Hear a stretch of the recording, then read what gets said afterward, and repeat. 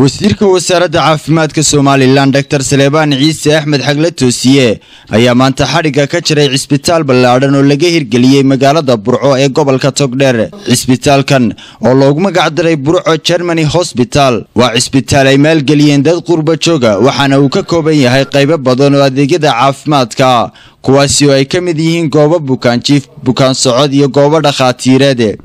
munaasabada furitaanka cisbitaalka oo xariga ka jiray wasiirka caafimaadka ayaa waxaa si rasmi ah loogu dhawaaqay inuu cisbitaalkani noqon doono cisbitaal loogu adeego bulshada bukaan socod iyo bukaan jiifba iyadoo ay ka howlgeli doonaan dhakhaatiir ajaanib ah iyo kuwa wadaniyiin ahba. mas'uuliyiinta cisbitaalka ayaa wasiirka ku soo wareejiyay qaybaha kala duwan ee cisbitaalkan iyo qalabka yaala isagoo wasiirkuna aad ula dhacay qalabka iyo hanaanka shaqo ee cisbitaalka Burco Germany Hospital. Dr. Axmed Xaaji Xasan Cawad iyo Injineer Faarax Maxamed Cabdi ayaa faahfaahin ka bixiyay qaabka uu shaqayn doono cisbitaalkani waana kuwani iyo Togdheer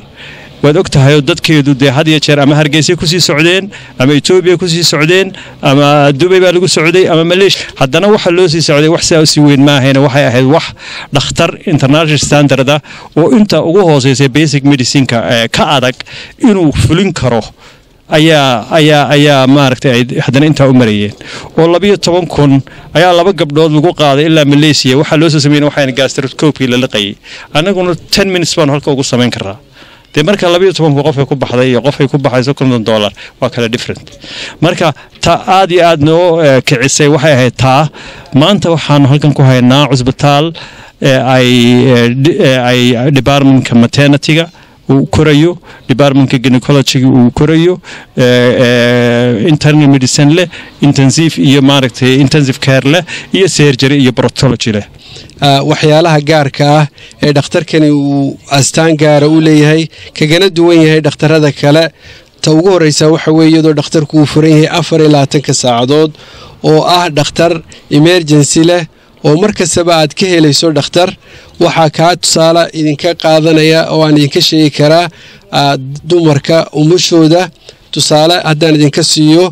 dhakhtaradu way timaadaa 1 habeenimo 2 habeenimo 3 habeenimo waqti kastaba dhakhtar ayay helayaan dumarku sidoo kale ragga iyo caruurta iyo wixii kale ee adeeg degdeg ah u baahan way helayaan. talabaad waxa weeye xagga qalliinka isuduwaha wasaaradda caafimaadka ee gobolka Togdheer Dr. Cabdi Yaasiin Xaaji Saleebaan ayaa bogaadiyay dhakhaatiirta hirgelisay oo ku sifeeyay kuwa aqoon u leh mihnada caafimaadka u iman jiray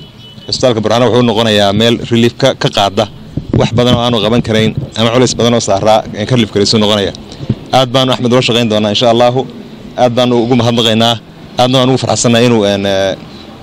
halkan uu noo yimaado cisbitaal noocan oo kale. wasiirka wasaaradda caafimaadka Soomaaliland Dr. Saleebaan Ciise Axmed Xagle Toosiye ayaa isaguna gabagabadii ka hadlay munaasabadani waxana uu yiri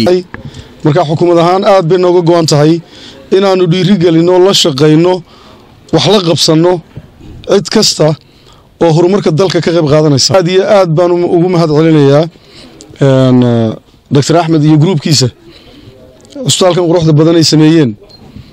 tayada leh wasiir ahaan uma soo boqoleen umana imaadeen cisbitaal private ah hadaanan hubin tayadiisa iyo aqoonta joogta waan ku kalsoonahay Dr. Axmed iyo groupkiisa cisbitaalkan waa cisbitaal ka qayb qaadan doona daboolista adeegyada caafimaadka loo baahan yahay waxaan rajaynayaa cisbitaalkan inuu noqdo mid dadku ay ku soo hirtaan si kalsooni la u yimaadaan adeegyo tayeysanna la siiyo.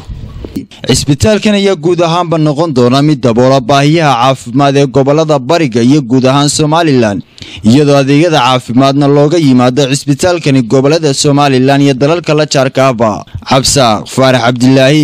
TV-ga qaranka Soomaaliland Burco.